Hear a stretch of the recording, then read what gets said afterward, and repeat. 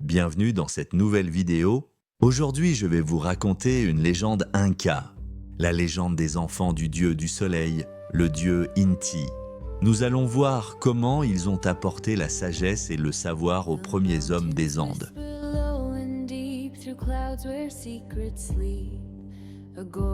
Avant les temples, avant même que les hommes ne sachent écrire leur nom, il y eut un monde sans mémoire, un monde où les hommes vivaient dans l'ombre guidés par la peur, ignorant les étoiles, oubliant jusqu'à leur propre conscience. Mais dans les hauteurs du ciel, un dieu veillait. Il s'appelait Inti, le dieu soleil, le père de la lumière. Il vit le chaos rampant sur la terre et il eut de la compassion pour l'humanité. Alors il parla, et sa voix devint lumière. De son souffle naquirent deux êtres, porteurs d'un feu ancien, Manco Capac et Mama Oclo.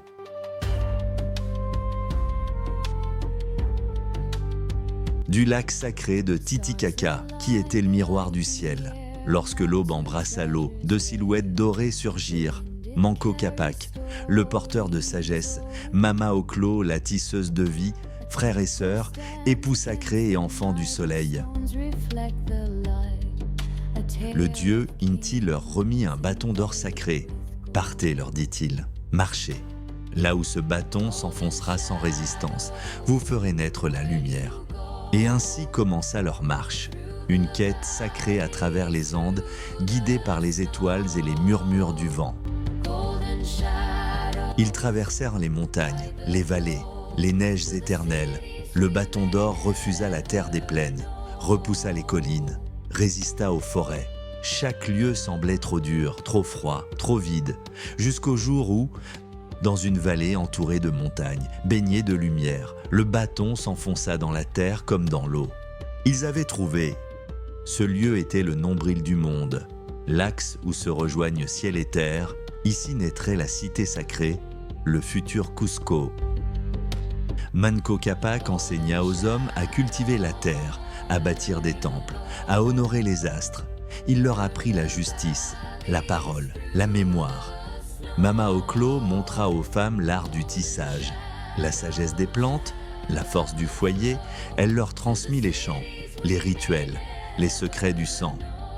Ainsi naquit Cusco, non pas une ville, mais un haut lieu de la connaissance et de la spiritualité. Un miroir entre le ciel et la terre, une cité solaire, bâtie sur l'ordre cosmique. Le temps passa, le peuple grandit, les temples s'élevèrent, les chants résonnèrent. Puis un matin, Manco Capac gravit seul la montagne sacrée et ne revint jamais. On dit qu'il s'est fondu dans la lumière et qu'il veille encore depuis les hauteurs, sur ceux qui écoutent et vénèrent le soleil. Mama Oclo, elle, devint la mémoire du peuple, la gardienne du fil invisible qui relie les vivants aux étoiles. Aujourd'hui, les temples sont en ruine, les chants anciens ne résonnent plus, et les fils du soleil semblent oubliés. Le monde vacille pris dans le tumulte des machines, des murs, des guerres sans fin. L'homme a conquis la matière, mais a perdu la lumière. Et pourtant, le soleil se lève encore. Chaque matin, il caresse les sommets des Andes comme il le faisait jadis. Il n'a jamais cessé de veiller. Il attend. Car la sagesse des anciens n'est pas morte. Elle dort dans les pierres, dans les rivières, dans les rêves des enfants. Elle murmure à ceux qui savent écouter. Elle appelle ceux qui cherchent non pas l'or, mais l'harmonie. Les enfants du soleil ne sont pas des souvenirs. Ils sont des graines, des flammes, des promesses.